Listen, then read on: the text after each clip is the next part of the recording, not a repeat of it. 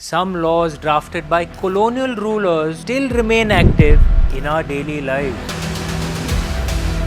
In colonial times, ordinary Indians needed government permission to fly the Tiranga, our own Tiranga. But you would think that this law at least should have been repealed in 1947 when we became free. You'd be wrong. Indian Treasure Trove Act of 1878, Indian Penal Code of 1860. These laws still remain active in our daily lives. Hi guys, I'm Amish Tripathi and welcome to another thought-provoking episode of Did You Know? Have you ever paused to ask how much of independent India's legal system is still shaped by the British Raj?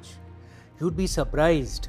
Even 75 plus years after independence, some laws drafted by colonial rulers to govern a subject and colonized population, us, these laws still remain active in our daily lives, and some have only recently been repealed. Yes, as recently as July 2024. Let's explore this fascinating legal legacy together.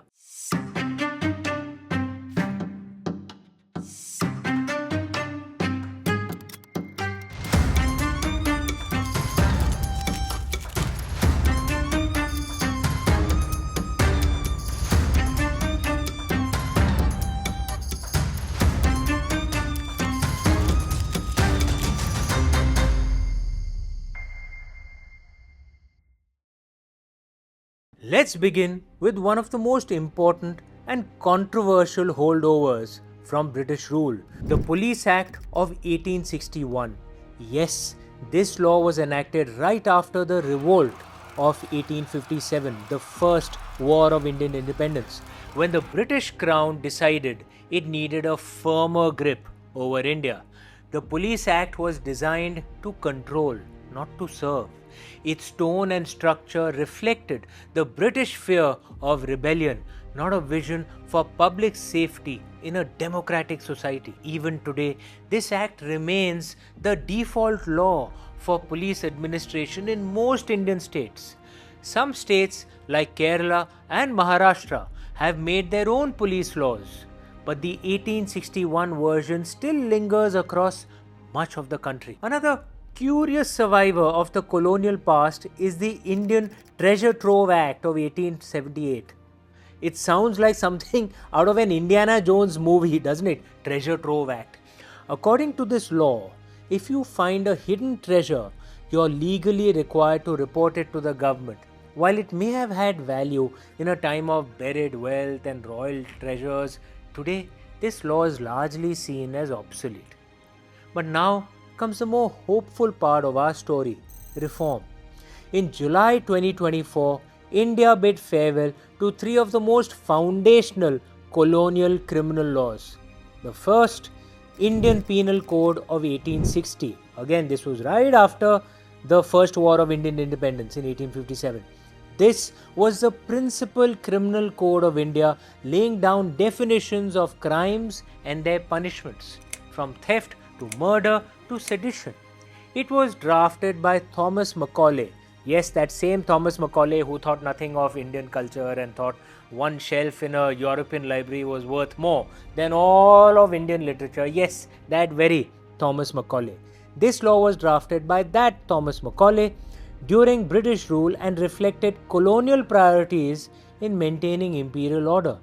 Thankfully, this law was repealed on July 1st, 2024 and replaced by the Bharatiya Nyaya Samhita 2023. Second, the Indian Evidence Act of 1872. This law governed what types of evidence were admissible in court and how they should be evaluated. While foundational to India's judicial process, it had many outdated provisions incompatible with modern technology and social realities. This law was also repealed on July 1st, 2024 and replaced by the Bharatiya Sakshya Adhiniyam 2023. And the third law that I want to speak of, which was replaced, is the Code of Criminal Procedure of 1973. This was originally from 1898 and it was just slightly updated in 1973, but the original law is from 1898. This was the procedural law that defined how criminal trials were to be conducted. covering arrest, bail, investigation and sentencing. Though this 1898 law was updated in 1973, its colonial era roots still shaped its framework. This law was also repealed on July 1st, 2024 and replaced by the Bharatiya Nagrik Suraksha Samhita 2023. Now, you guys are wondering, I'm sure, how come it was repealed in 2024 and is being replaced by a law of 2023. I'm not a lawyer, but from what I know, the date on a law is defined by when it was passed by Parliament.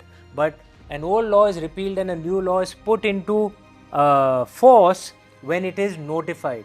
The process of notification takes time in the Indian government, hence you see the difference in the year. But if there are any lawyers here who know better, please comment below. But this is my understanding of why the years are different. But among the most symbolic changes was the removal of Section 124A, the Sedition Law, the infamous Sedition Law, which was once used to jail freedom fighters like Lokmanya Bal Gangadhar Tilak and Mahatma Gandhi.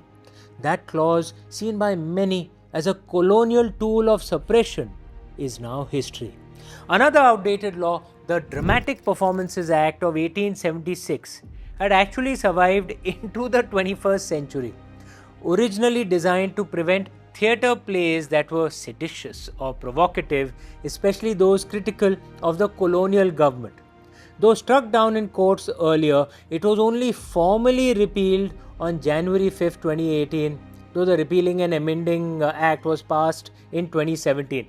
Now you understand, it's passed in Parliament, but it becomes effective when it's notified, which takes some time. Bhai, Bharatiya Sarkar hai, thoda samay to lagega. Similarly, the Aircraft Act of 1934, which regulated aircraft and flying activities, including kite flying, I kid you not, including even kite flying, is being phased out. The Bharatiya Vayuyan Vidhayak 2024 was passed by the Lok Sabha in August 9, 2024 and by the Raj Sabha on December 5, 2024. It received presidential assent on December 11, 2024. The president worked very fast and it came into effect on January 1st, 2025, aiming to modernize India's aviation regulations and streamline safety norms. And what about the laws that once regulated how and when Indians could hoist our own national flag? I don't know how many of the youngsters around may be aware of this, but you know, in colonial times, ordinary Indians needed government permission to fly the Tiranga, our own Tiranga, obviously, because that was a colonial era, understandably. But you would think that this law at least should have been repealed in 1947 when we became free. You would be wrong. That changed only in 2002 when the Flag Code of India was amended, granting every citizen the freedom to hoist the flag with dignity and pride. Imagine, till then, Indians were not allowed to raise our own flags by ourselves. Till 2002, till then. Now, what do we make of all this? History, my friends, is not just in the past. It continues to live in our today. It lives in the laws, in the systems and in the stories that we carry forward. India has begun the process of replacing colonial laws meant for subjects with democratic laws meant for citizens. We've been free for like nearly 80 years. It's about time we do this. Laws made by the parliament elected by we the people will be the laws that we honor, not laws made by the British Parliament during the colonial era. We have to decolonize. Yes, some relics of the colonial past still remain, but slowly, steadily, they are being replaced, not just with new laws, but with a new mindset. One that says we are no longer governed by foreigners, we govern ourselves. Thank you for joining me in this episode of Did You Know? I'm Amish Tripathi, and until next time, keep questioning, keep learning and keep discovering the soul of India. And if you like this episode, hit like and subscribe so that you can receive a notification when the next episode launches. Thank you. Namaste.